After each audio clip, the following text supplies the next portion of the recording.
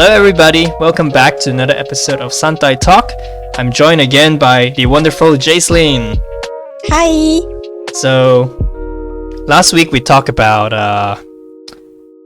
what was your ideal first date, right?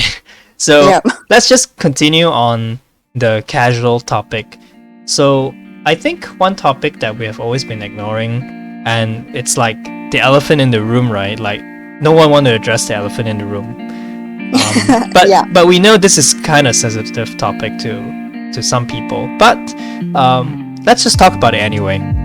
So today's topic is COVID-19. So we're gonna talk about the pandemic in general.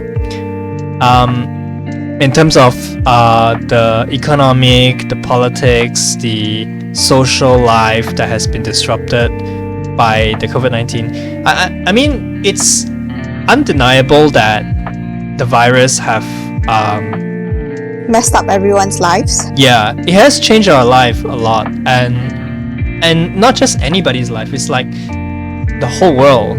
So it's not just isolated. And the way I see it is that there are different countries, they handle them differently, and some of the countries they don't handle it that well. But some countries are handling quite okay. So 2 years in now, I think we're almost 2 years in. Yeah, we're almost 2 years in now. I think by next year's March we're officially 2 years into the pandemic. Of course, in the beginning, when it first starting to spread, like nobody was taking it seriously because of the previous SARS outbreak. SARS and MERS outbreak were pretty isolated cases. Like you only hear. It was also very short-lived. Yeah, very short-lived as compared to this COVID-19. So when SARS happened in Hong Kong, I mean, we only hear about it in the news, right? Like we always thought to ourselves, it's just something in a distant land, and it won't come to Malaysia, and it won't affect us. And same goes to MERS. When MERS were having an outbreak in South Korea, we also had the same idea, like, it's happening so far away, it's not going to affect me. And then lo and behold, the fact that I didn't even know about MERS says something. I really did. Yeah, it definitely didn't affect us. Exactly. Like some of us, we don't even know MERS had an outbreak in, I think, 2016, 2017. Let me Google it. Yeah, but correct. I mean, please correct me in the chat. But MERS outbreak, we take it pretty lightly as well. And then here we come COVID-19. It was in 2015, the MERS outbreak. 2015? Okay. Yeah. So COVID-19 came along, and we first thought that it's gonna be another SARS and MERS. It's gonna be isolated, like in China, and it's not gonna harm us or anything like that. But who knows, right? And it just go everywhere, and it's much more potent than SARS and MERS.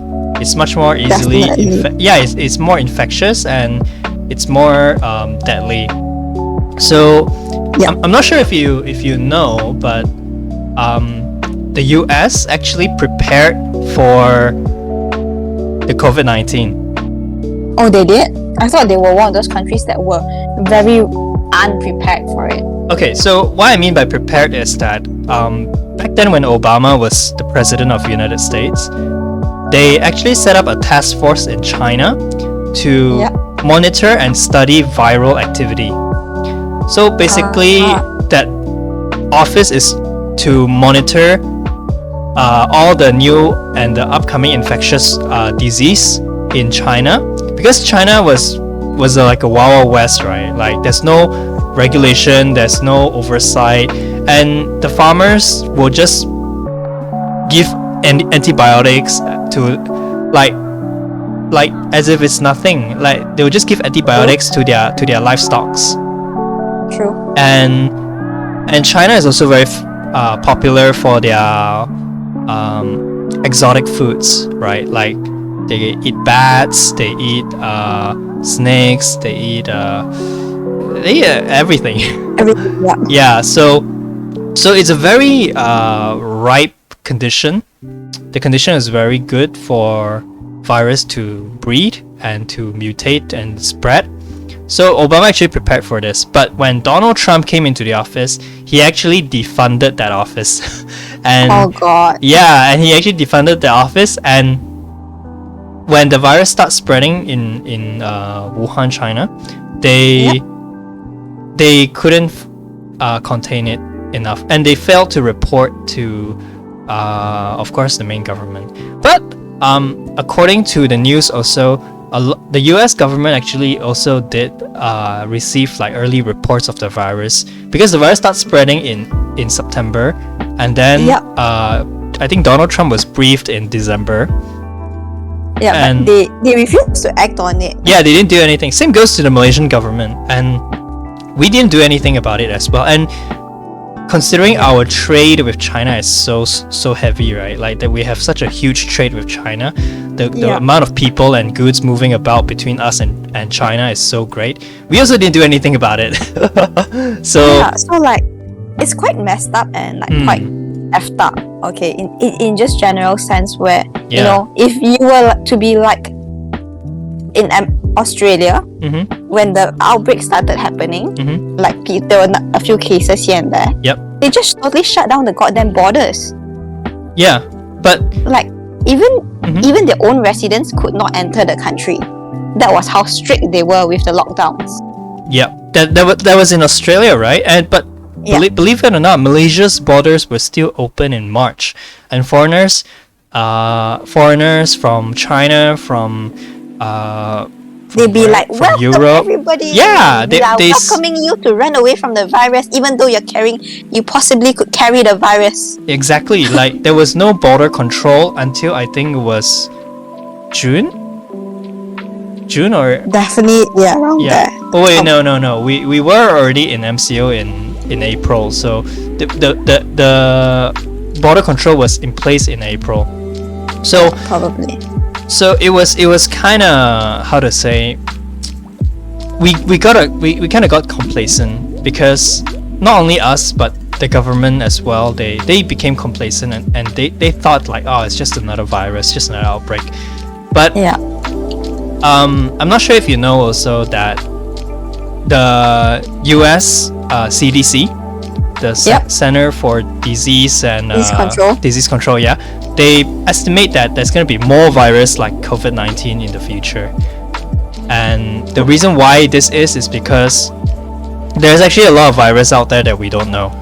And they might be in bats, they might be in snakes, in frogs, in whatever, but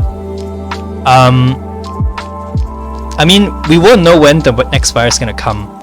So like if you think about it, the future is pretty scary, because they already know they already predicted COVID-19 is gonna happen, and they actually prepared for it, but we actually got so complacent and we did not do anything about COVID-19. So when you think about what if, right, there's gonna be a next COVID-19, maybe COVID 2021 or 2022, you know. Yeah, it's so scary to think about it.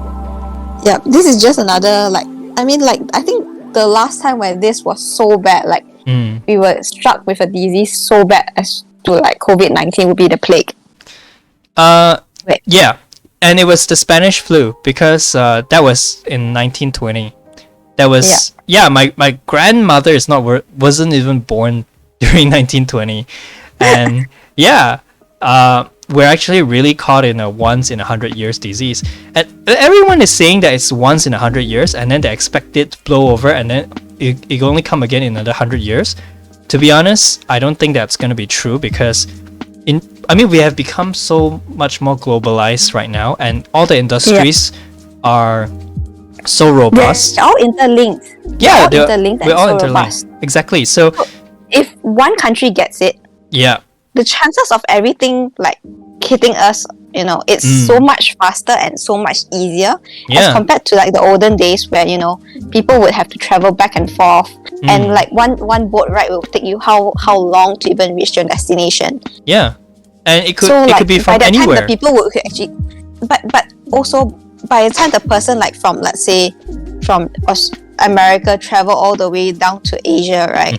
Like the person might be already dead with the virus already. So the likelihood for them to actually get the virus to other countries were a lot slimmer because of such. Yep. So I don't think it's going to be a once in 100 years disease anymore. It's probably going to come again and again and again for maybe like the 10 years once, 20 years once, 30 years once. Yeah. Maybe. Because the way we actually abuse antibiotics and the way we actually abuse industries and like livestocks and cattles, it's kind of scary, right? Like you think about it, and it's very scary. And our body tends to get complacent with all these medications that we take. Even when farmers feed antibiotics to the cows and stuff like that, right? You know, we are the ones still consuming the antibiotics, even though it's a later stage, but we are still affected by it. Yep. And the thing is, the viruses, they are adapting. They are becoming more and more resistant to antibiotics. Of course, we have like a lot of different types of antibiotics available today, and there are some pretty strong ones. But according to, I think some, I don't know where I read this from it, but there is super viruses now that are resistant to all sorts of antibiotics. That it already exists. I wouldn't be surprised. Yeah. I wouldn't be surprised. Because if you actually look at it, COVID-19, at the very beginning, it wasn't that harmful. I mean, it was harmful, but it wasn't a super spreader. It would take like 15 minutes for you to actually get infected with the disease. Now it takes you a few seconds. Just by walking past a person, you can actually contract it. Yeah. Apart from that, if you actually look at how the variants, the different variants from the alpha, beta, and all, it's getting stronger and stronger, and it's more resistant. So, like to the point where now they say like there are theories going around saying that certain vaccines are less likely to work with such variants of COVID.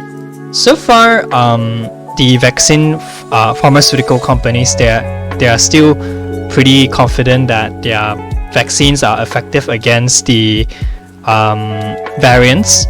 So, like, did you know? I mean, nowadays the most popular variant that everyone is talking about is the Delta variant, which is the super spreader and is the more lethal than the normal COVID-19. But did you know there's a even more deadlier version than Delta variant? Is it the Gamma one that's out now? What I heard was it was called the Lambda variant. Oh yeah, the Lambda. Yes. Yeah, but it's not in Malaysia yet, thankfully. But I've heard that it was in Australia. It was in Australia. If I'm not wrong. Oh, I'm not wrong, I heard that was the one.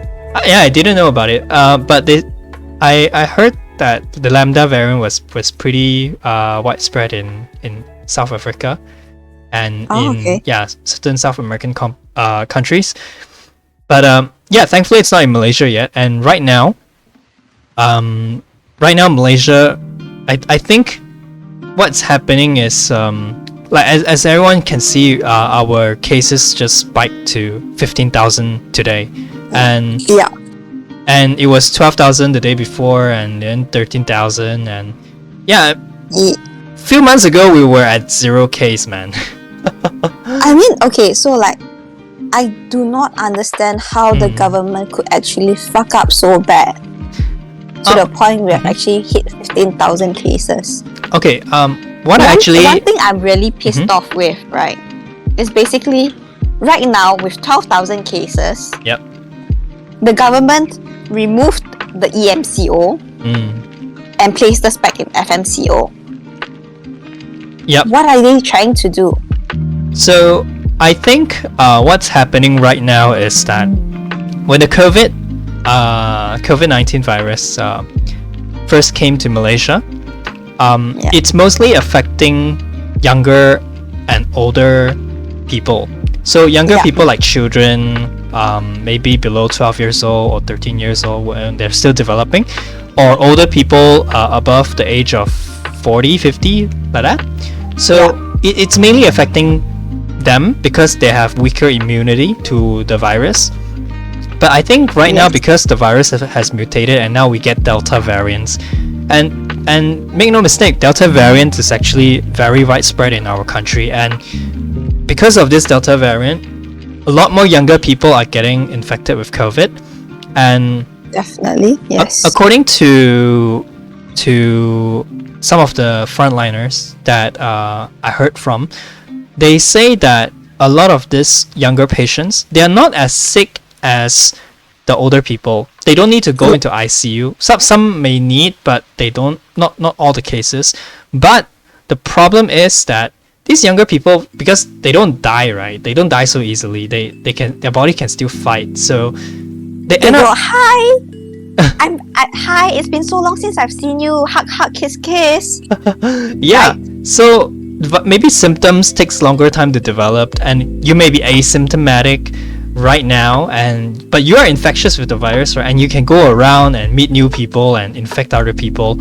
And when you finally get sick, right? And it's too late. Yeah, I mean, you've probably infected 20 over people by then. Yeah, and when it comes to yourself, you're not like the old people, right? Because previously, according to some of the frontliners, they say the old people come in and then they maybe go into ICU for a few days, and it's either they make it or not. If they make it, they get out of ICU. If they don't make it, then of course they also get out of ICU, just whether alive or not. But younger people, because they don't die so easily, they're still strong, they're still healthy, they end up taking up a lot of space in the hospital. Like they end up taking the beds, the capacity for a longer duration of time. And because now you got more patients staying for a longer time, and then you get more asymptomatic people because they're younger people, it became more infectious. So that's why it's no wonder the cases are so high right now. But the cases are so high right now, it's not because more people are getting hospitalized and not more people are getting sick with the virus. It's because they've been rapidly testing people as well. Yeah, and sometimes it may come back positive, but they actually have a concept called viral counts. So are you familiar with viral counts? No. Okay. Do explain to me and the audience like what viral count is. Okay, so basically when you get the virus, right? Yeah. The virus have to replicate itself to have enough, to build up enough virality to spread. So basically, if your body only have like a few of the virus, you are actually really not infectious. So because like sometimes when you are exposed or you have contracted the virus, right? When you first contracted the virus, there's a reason why they cannot test it. Like they can't find it from you because you're not infectious enough. The viral load is not high enough for them. That's why you have to have at least 7 to 14 days with the virus. Yeah, and that's because the virus will replicate and will manufacture more of itself. And when there's enough virus in your body, then only some of this swab test can find the virus in your body, and then that's how you come out positive. So according to our KKM, the Ministry of Health, I think you need like a viral load of 180 and above to be infectious. So you can be positive. You can be positive, but if let's say your viral load is about 30, 40, or I don't know what's the exact figure, but I'm just guessing it's about 30, 40. Then you are probably okay. You're probably not infectious, but you're still positive with the virus. So maybe that when that's the case, the government will ask you to rest at home and to just try to recover. Because if you're not symptomatic and you're not sick, there's no hospital bed right now for you anyway. So apart from it, like like from what I understand, like if you're actually down with COVID and like on the very early stages, you can actually just like eat some sort of medications to actually recover from it. Like I heard you have to pump in a lot of vitamin C and all sorts of stuff. Yeah. So let's talk about a vaccine. Do you know how the vaccine works? I know that like with different vaccines, they created the vaccine differently. Like I understand that Sinovac is using a dead virus, so it's similar to some of the poxes. Okay. Measles and stuff like that. I am not very sure how Sinovac developed their vaccine, but I did look into how Pfizer and Moderna developed their vaccine.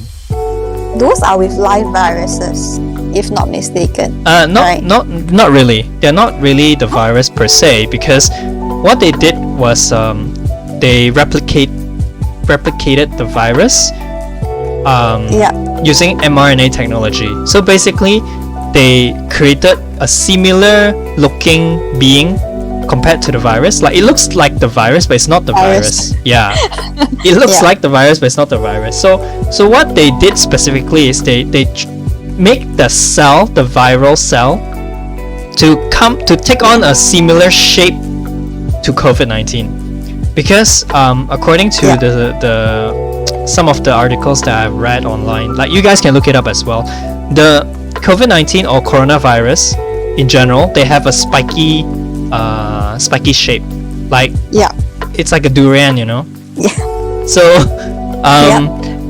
what they did was they replicate the shape of the virus or something like that, and because they make it so obvious that it's a foreign object, and when they inject it in your body, of course the vaccine is harmless. Like it's just a cell shaped as a coronavirus, but that's just that. So when it's injected in your body will recognize it as a foreign body and will attack it and destroy it. And the best part is your body remembers. Your body remembers how it looks like, and when you actually get the coronavirus, your body will recognize it based on the spiky shape. It's the spiky shape guy again. Whack him, that kind of thing. Yeah. So not supposed to be here. That's how Pfizer and Moderna developed their vaccine.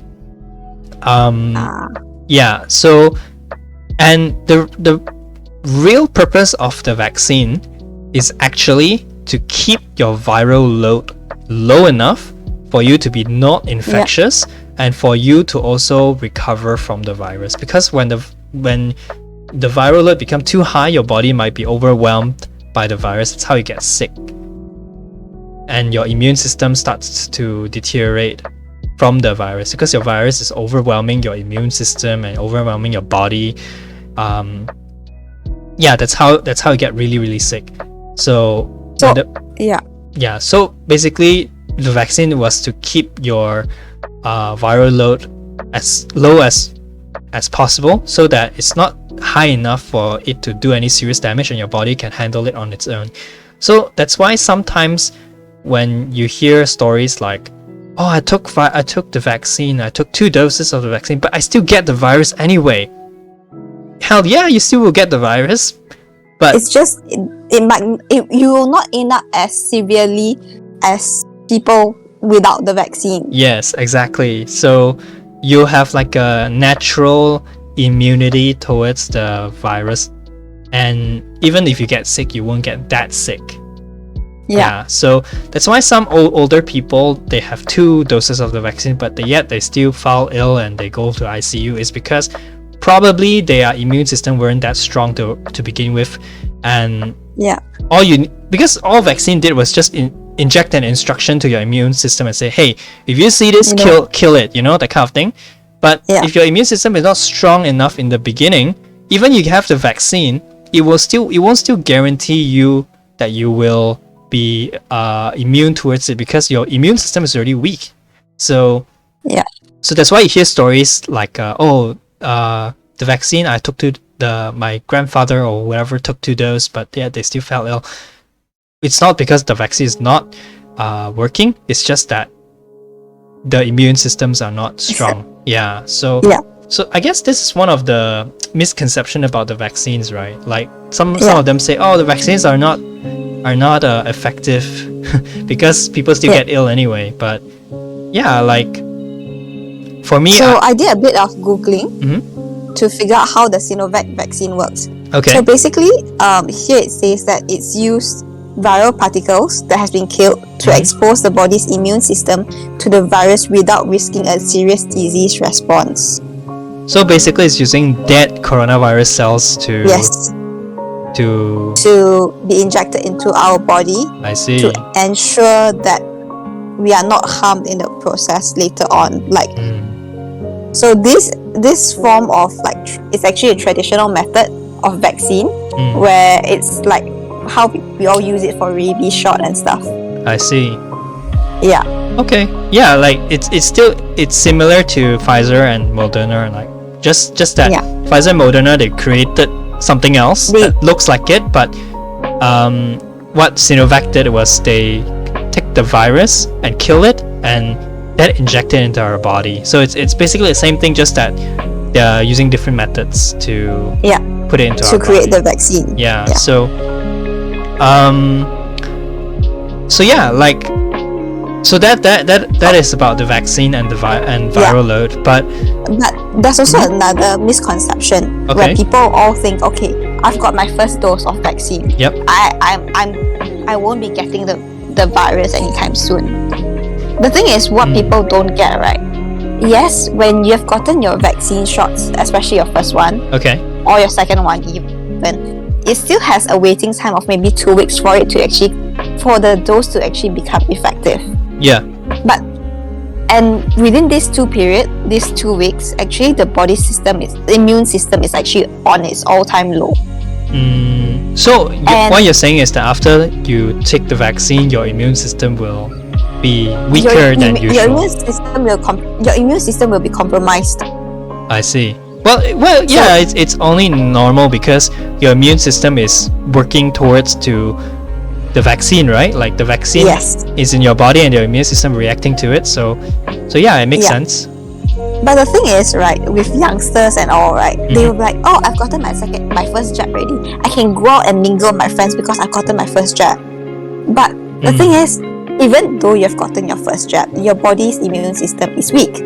If you were to come into contact with COVID-19, right, it will be even more harmful for your body, because not only are they trying to fight off the vaccine that was injected into your body, now they're actually trying to fight off the virus itself in your body. And that is where a lot of people end up getting sicker. Even more unwell than before, right? So like the reason why there's 2 doses is because this is what I think, my own opinion. It's because when you had your first dose, when your body first come into contact with that virus, or the thing that shaped like the virus, the vaccine, it probably couldn't build up enough memory for a complete immunization yet. So that's why you need a booster shot. Yeah, so you need to vaccinate again so that your body will build up a permanent immune response. So that's why you need 2 shots. So I mean, it makes sense when you take the vaccine already, your immune system will definitely be somewhat compromised, because your immune system is reacting towards the vaccine and is trying to destroy the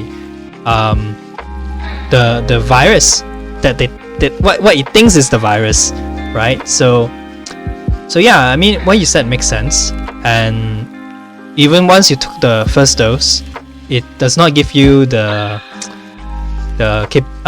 capability to start mingling around and start exposing yourself to various different environments. You still have to be careful, right? Even though you have your second dose still, right? We still have to be careful, because having the COVID-19 vaccine doesn't mean that you are totally like immune to anything else. Yeah. Yeah. So you also have to depends on your body and things like that. I think, and because of that, right? After when we totally recover from this virus, the world is changed forever. It will never go back to the same as it is before, and I'm sure there will be like standard procedure for you to sanitize. Yeah, like to sanitize, to wear masks, travel, to wear masks. Yeah, I'm sure maybe it's not going to be as stringent anymore, but I'm sure some of these practices will stick around. Like, do you remember back then Japan had this culture of wearing masks? And I think right now also Japan's like, they still do have it. If you're unwell, you're like, it's a culture for them to actually wear a mask. Yeah, like Japan, Taiwan, years before the COVID-19, they have a culture of wearing masks, and the Americans like to. I mean, not Americans, the Western people like to make fun of them and say, "Oh, Asian people, they like to wear masks. It's like their own culture, right?" Yeah. But yeah, I mean, look at us now. Everyone's wearing a mask. Everyone is like sanitizing, and it's just become the new norm. Exactly, it's becoming the new normal, and I feel that we will continue to see this even this COVID-19 is over. I mean, it's not going to be like it's truly over. Like, we all expect it to be like there's this certain date that after that date we won't see anything about the virus anymore. Like, we don't have to sanitize, we don't have to wear masks, and everything goes back to normal. The truth is, if that day comes, I'll be really happy. But like, I'm looking at maybe 2 years from now. But the truth is, it may not come at all, because I mean, who knows, right? What else there might be coming out, because there might not be just a COVID-19. There may be a COVID-20, 2021, 2022, 2023. So who knows what's gonna happen? So I feel that eventually some of this practices these cultures that we develop, like mask, sanitizing, and it will stick around. Some of these practices will still be around long after the virus has passed. So it's pretty scary to think about it, because it literally changed the world. Yes. Yeah, and yeah. I guess one thing I hope is that, I mean, even if this totally calms down, I do hope like people actually take this as a lesson to, like, be more cautious of what they do, like not sharing spoons, and basically improve the overall hygiene. Well, from history itself, people don't learn from history. Well, I mean, like, history is around there for you to learn something about it. That's why we learn history. But I guess it's something that we all can hope for. You know what's weird about the sentence? The sentence is, from history tells us that people don't learn from history. Yeah. We were talking about the situation in Malaysia, right? So what I think right now is happening is that a lot of people are getting infected with the virus, but at the same time also that they're not as sick as they used to be. So I feel, as much as we're seeing a lot of this new cases coming up, we may also start to see a lot of recoveries. Yeah. And I think whether our country can make it out of this COVID-19 pandemic unscathed or well, I think this is the pivotal moment. Why I say this is the pivotal moment is because it depends on how fast our vaccination program goes. Because if, let's say, we manage to immunize at least 70% of our population within, like, I think the next 2 or 3 months, I think we already won pretty big. Because if we have such a mass immunization program going on, and we have such a high success rate, we will start to see a drastic drop with the cases, because less and less people are getting infected with the virus because of the vaccine, right? I honestly hope so, but okay. Recently, what has been going on is they're finally so the major places that like we see the virus is in Selangor and KL, right? But the thing is, they're finally doing up a mass like vaccination program for these two areas. Yeah, right? What I've noticed is that a lot of my friends that are not getting their vaccination appointment or already had their vaccination appointment last week and this week as well. So basically, everyone I knew also had taken the vaccination shot in one way or another. So I think majority of the people in the Greater Klang Valley area had already had some form of vaccination. So that is great. Yeah, but if you look at it, this would actually mean that the numbers should be going down by now, because for vaccinations, for them to actually test whether you're positive or negative, right? It actually takes about 2 weeks for them to actually know that whether you're positive or negative. Yeah, right? Which comes back to our viral load, right? Yeah, which comes back to our viral load. But at the same time, I think it's already been 2 weeks since the government has announced that they are doing mass vaccines. Actually, so why isn't? From what I've seen, from what I've seen based on the data that the government gave us, we are currently at about 14 million people receiving the dose. 14 million is about, I think, 40%, a little less than 40% of our population. So, and majority of them are only getting their first dose. So basically 7 million of the 14 million. Is it 7 million? I think it's about 8 or 9 million that is only had their first dose. Only I think about 4 million plus had their 2 shots. Yeah. So I think we're still pretty far away from there, like about a little less than 40%. But based on our vaccination rate, we're actually vaccinating about 400,000 people per day now. So, which is great because 400,000 people, like, can you imagine when we first started, we only like vaccinating like few thousand, 8,000 people a day. So now we're at 400,000 people. So, well, I really do hope to see like in this 1 to 2 weeks that the numbers in Selangor and KL actually reduce drastically, because I think 7,000 in Selangor itself. Yeah, exactly. It's crazy. So yeah, I think now it's the really the pivotal moment. It's either we make or break the situation, because the government right now, they are trying to, I mean, as you can see, they're not really doing anything extra or anything more than what they're already doing now to contain the virus anymore. They're not going to do anything else unless they impose a full lockdown, like the March lockdown again, but I don't think they will. Well, we just got out of one of those. Well, I won't consider it as a full lockdown, because you're still allowed to leave the house one way or another, right? Like within 10 kilometers. But previously during the full lockdown, remember in March we were not even allowed to leave the house. No, you still could go out of the house to get groceries and stuff like that. It was the exact same thing.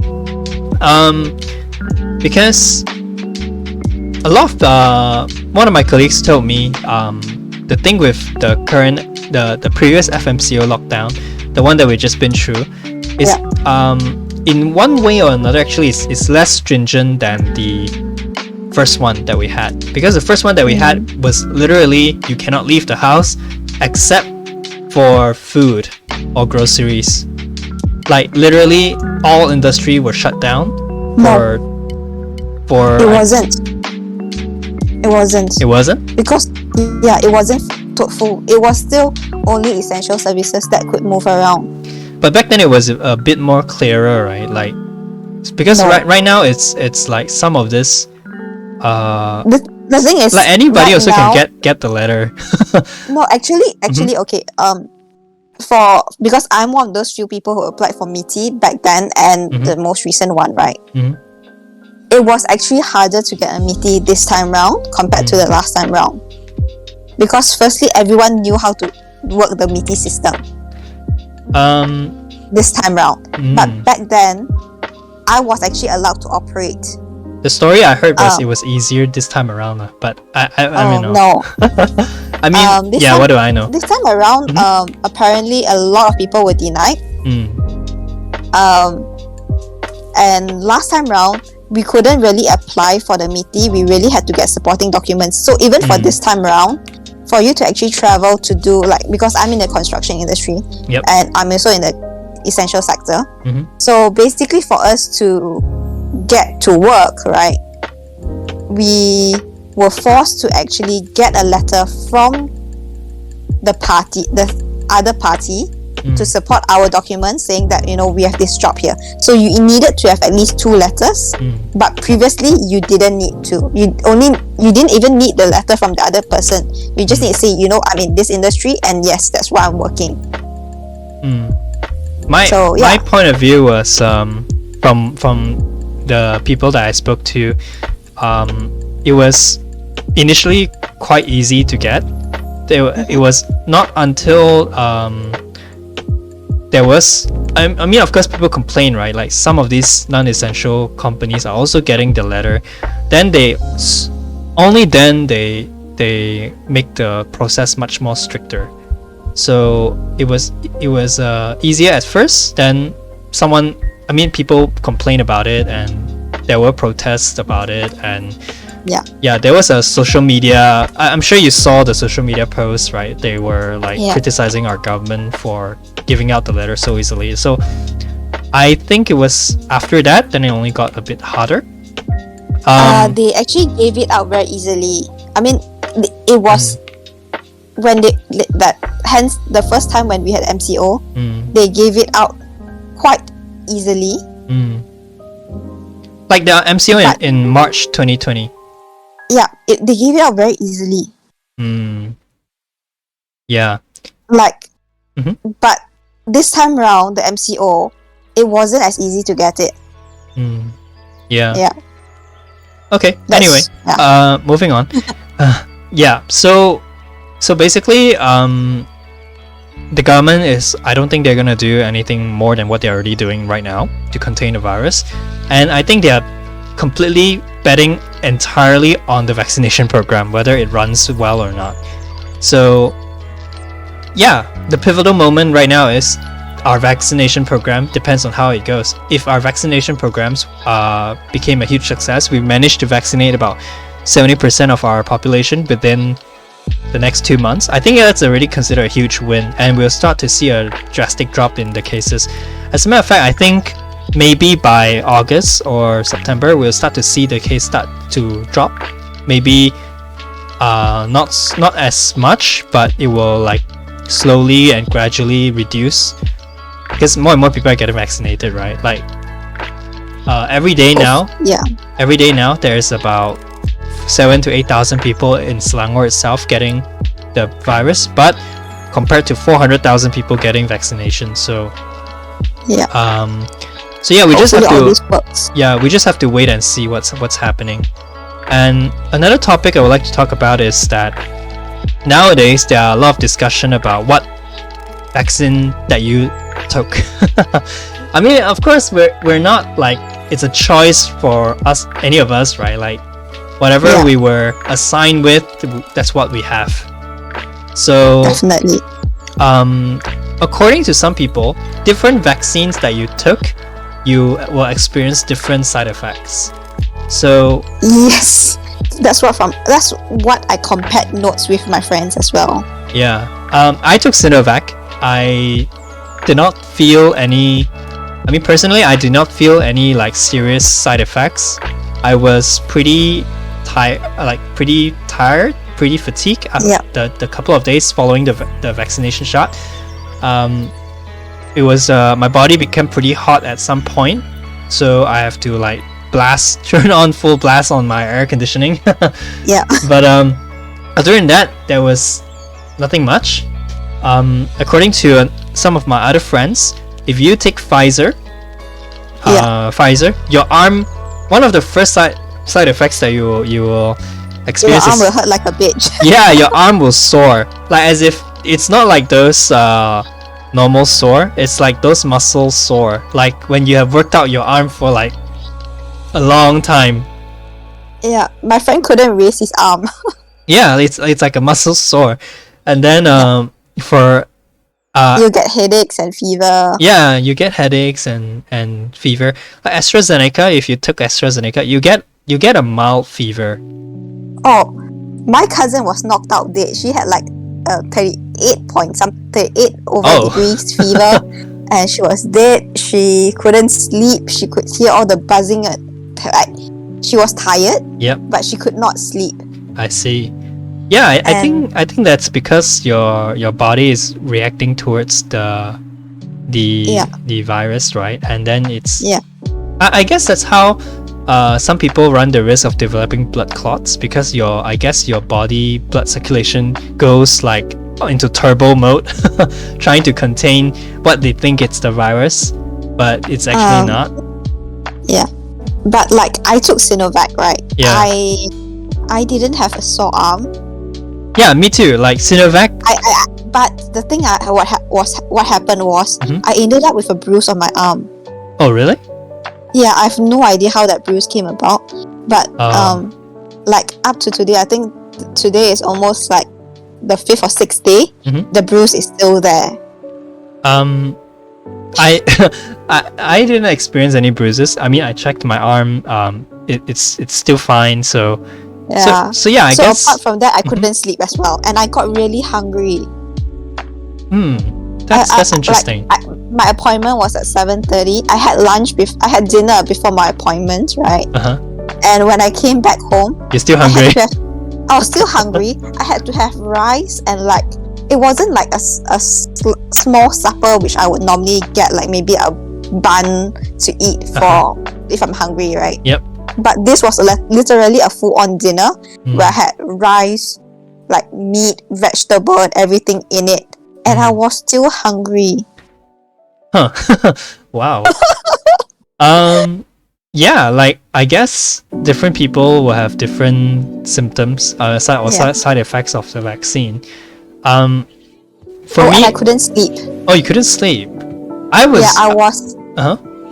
I was awake till about like 4 a.m. and I really couldn't take it anymore. I was so annoyed that I was wide awake. Like I couldn't fall asleep properly. I just popped a sleeping pill and just like, you know what, I'm going to sleep. And well, finally I could. For me, I was knocked out dead because I was feeling so tired. I was tired, but I just couldn't sleep. Yeah. One of the most common side effects that I've heard from Sinovac is fatigue. You feel really tired, fatigue. You feel that your body is gonna be very warm. Sometimes you might develop a little bit of mild fever, and then maybe for your case it's hungry, cannot sleep. Yeah, tiring. Like, do you feel your body's like being very hot? Like you're not having a fever, it's just that you're very hot. I had a slight fever, but I just I had a slight fever, so I just popped in an active fast and like tried to wait it out. But like, because I know myself, if I start developing a fever, I would have to wear a hoodie to sleep, and by the time I would sweat everything out when I wake up. Yep. But yeah. So by the time I woke up, my fever was completely gone. Yeah. So I mean, how long was your fever? Your fever was just one night? One night. Yeah. I mean it's pretty normal for it to last only for one night because that's your body reacting to the vaccine, right? But if it lasts longer than one night, then you might need to go revisit a doctor. But yeah, good thing that it's gone now. And so far Malaysia we only have like Pfizer, Sinovac, and AZ, right? Yeah. So according to our government, I think by end of this month we will stop serving they'll stop administering Sinovac. Yeah. So and everyone will be getting Pfizer from then on. Yeah, talking about the difference between Sinovac and Pfizer, right? I don't think immunization-wise, there's any less immunization you get. But according to some people, if you take Sinovac, you're still prohibited to go to certain countries. Is that true?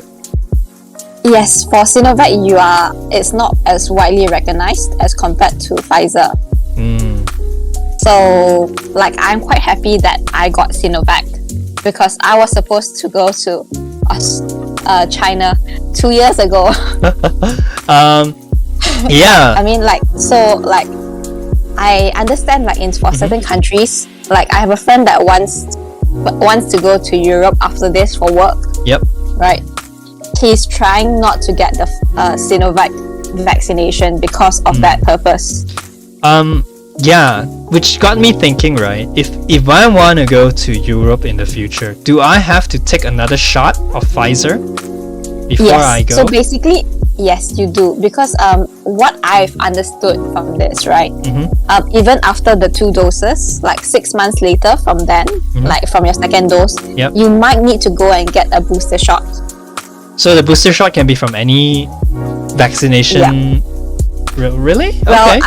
But at that point of time, right, when you get your booster shot, from what I understand, your booster shot will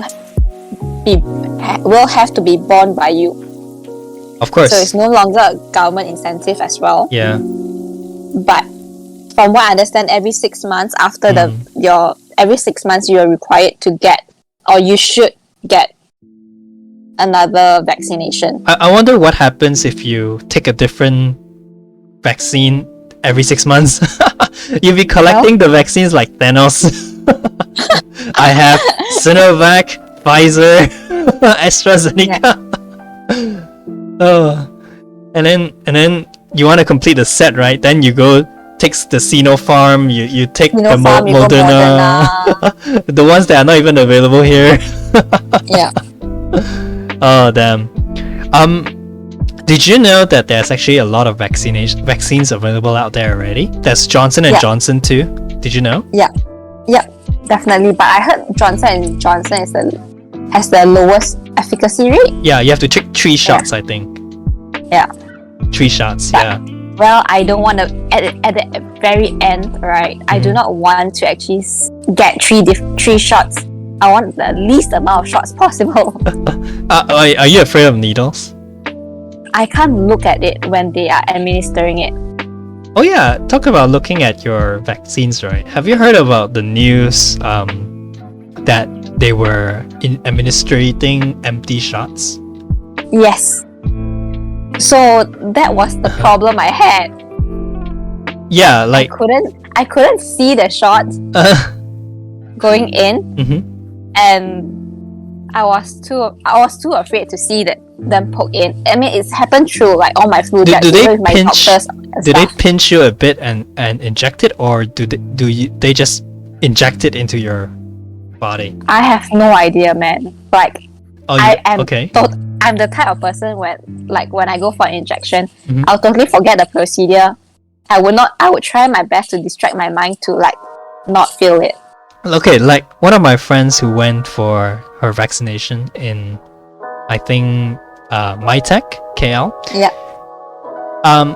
According to her, they pinched her a bit, and then only they administered the vaccine. They poked the needle, so she doesn't feel anything. But for me, they didn't pinch me. They just poked the needle into my hand, and I feel every inch. I believe mine was like that. Yeah, they just put the needle in my arm, and then I can feel every inch of the needle. I'm like, oh shit, this is the needle. but for me, right? So the doctor wanted to inject my right arm. Okay. And I was like, no, can you please inject the other arm because I'm driving. Oh, because you're right-handed, right? Yeah, I'm right-handed. Plus, I'll be driving by car. But why isn't it your left arm? Because I took my left arm. I don't know. Probably it's because I was seated in that direction where the right arm was closer to the doctor. Can you please inject the other arm? Oh. Okay. Can you please turn your body then? And I was like, okay. Then or else I would really have no idea how I'll be actually driving home. So Apart from that, like, going through the whole procedure. Yep. I had this one thing where when the doctor was briefing me, right, she asked, are you allergic to anything or whatever? And I just gave her the full list of things. And I told her, I have had an anaphylactic shock, but I have no idea what I'm allergic to.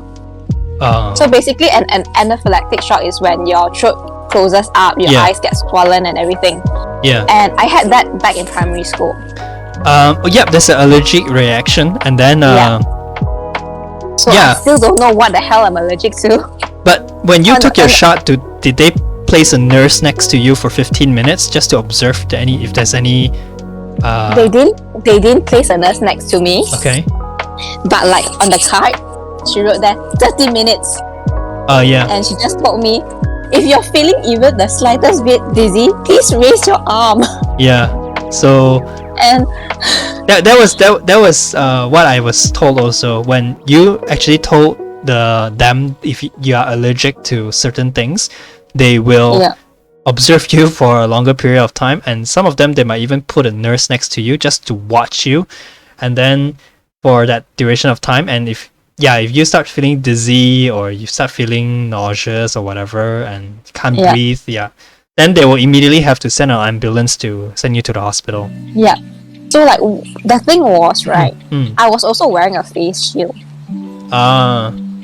So with the face shield and my specs, and with another layer that you're not comfortable with, my eyes got so tired, I felt so dizzy. And I was like, oh my god, is this from the face shield or is this from like the vaccine? I'm like, oh no. And true enough, once I left and got into my car, I immediately removed the face shield, and it was the face shield's problem. Okay. Yeah. Okay. So here's a story I heard about the empty shots, right? So, the story I heard was the nurses were actually administering, like maybe few hundreds shots a day. So people are bound to make some mistakes if you are like overworked, because sometimes, I mean, in putting a needle into someone's arm is actually pretty intensive, right? Like you need to focus, because if you don't focus, you might break the needle. Yeah, so it is something that you cannot take lightly. So, and you're injecting so many people a day, so people are bound to make mistakes, and maybe sometimes they forgot to put in the serum. They forgot to put in the vaccine, and then they just put it in your arm. So people take videos of this, and when the nurse found out about it, the nurse of course re-administered the vaccines, but in the end, but when those people go back home, they still end up posting it on social media anyway, because social media can be really subjective, right? Like you can just frame something and with no context, and people will believe it. So like we only see that 5-6 seconds when the nurse were administrating the empty shots, but we don't know the few minutes or the few minutes in front or after that happens after that shot. We don't know that. So that's why we cannot be jumping into conclusions so quickly. We have to, of course, investigate or do some critical thinking whether if this is really true or not, because I think probably there are some bad actors out there trying to benefit from the vaccine on for their own, but I think in general we are still pretty safe. We're not like Brazil or Colombia or India or whatever injecting water into the people. Like for Brazil, because they are a very poor country, right, and a lot of their own people are suffering, and their government, I think it's much way worse than our government, and there's literally no oversight. So people, of course, they want to watch out for their own friends or family. They would like probably steal vaccines away from you guys, right? So that's why you get these cases. So I don't think we're at that level yet.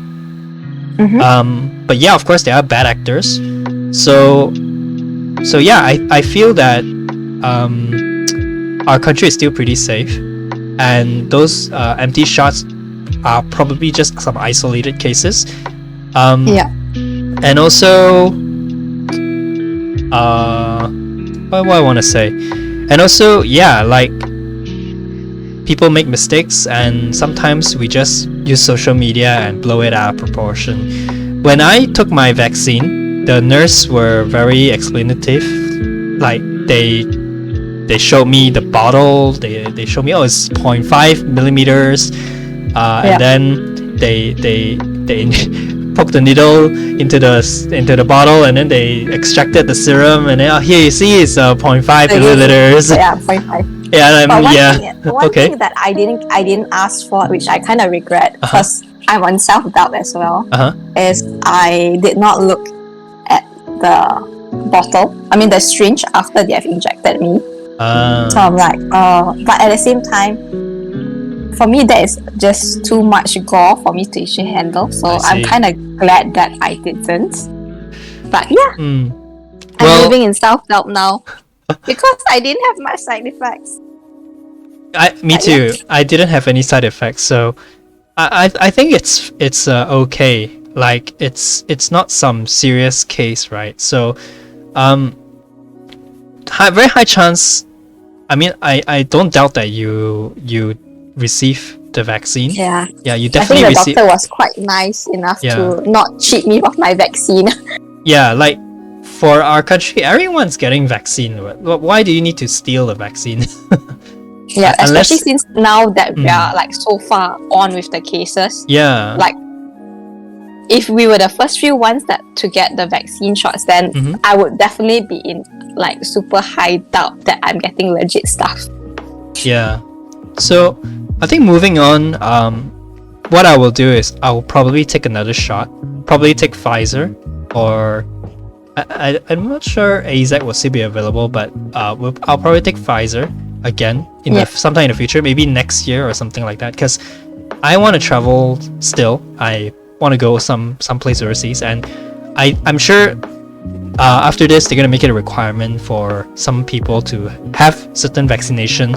Like, there are already talks about vaccine passports, like people with this vaccine, you get this passport and you can travel to certain countries, something like that. So people are already talking about vaccine passport, and I think this is going to be a thing. So for certain countries, you probably need a vaccine passport or something like that. So I mean, looking back right now, thankfully we're still not as bad as some of our neighboring countries. Do you know Thailand, they are in such a shortage of vaccines that they're mixing vaccines now? Like, for the first shot, you're probably taking Sinovac. Then second shot, you're probably taking Pfizer or something like that. Well, I think the problem with that was they did not actually proportion it out. Yeah. As well as they should have. So earlier, our government also did not proportion it well enough. There was some criticism of our government misappropriating some of the vaccines and did not handle it properly. But thank God we received more doses, and now we are okay. So I think by the end of this year, maybe around October, November, we will start seeing things to return to normal. Hopefully, fingers crossed. Yeah. Hopefully. So maybe another shot for me. I'm not sure I'm gonna take another shot. Because I'll probably still will. Yeah, I'll probably. But they say one shot will probably cost $300. But for a working adult like us, I think $300 for our health is a very low price to pay. Yeah. So I think we're running out of time. So is there anything you would like to add on to the conversation before we call it a day? Guys, please do not get vaccinated. Whether it's AZ, whether it's Pfizer, whether it's Moderna, whether it's whatever you're getting. Yep. Just take it and save your life and save other people the trouble of dealing with this whole COVID-19 virus.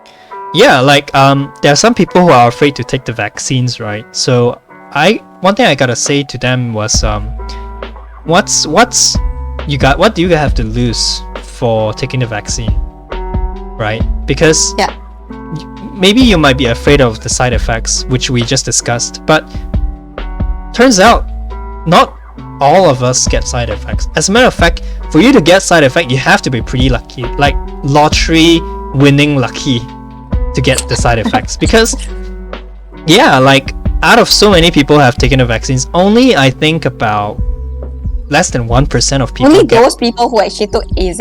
Yeah. Actually. But then again, even if you had side effects, I haven't heard anything about vaccine related death. You won't die to the vaccine, and definitely worst comes to worst, you probably fall a bit ill and then you have to stay in hospital for maybe 1 day. But that's that, That's I don't think you have any serious issues taking the vaccine. And for those who say that you're gonna get what Microsoft chip or 5G chip inserted into you via the vaccine, those are like I think you gotta go to see a different kind of doctor if you believe in those. But also, even after you have gotten your first dose, your second dose, please do not go out until you're fully immunized, which normally takes about 2 weeks. So like even though you have taken your 2 doses, still be careful. Don't take this virus lightly, because there are still Delta variant, there's still Lambda variant, there's still, I know, who knows how many other mutations are there. There's actually hundreds of mutations right now for COVID-19. So still be on guard. For me, I'm definitely going to sanitize still. I may not need to wear a mask, but certain places if I go, like the toilet, like going to eat or something like that, I'll have to sanitize my hands, sanitize my hands first before I go into certain places. I think that's one of the culture that I will still use after this pandemic is over. That's all the time we have. I hope you like our talk about COVID-19 today, and you learn a few things that you don't know about, like viral loads, vaccines, how it works, and what the government is doing. So I think we covered quite a lot. I'm pretty happy with that. So hope you like it, and see you guys next week.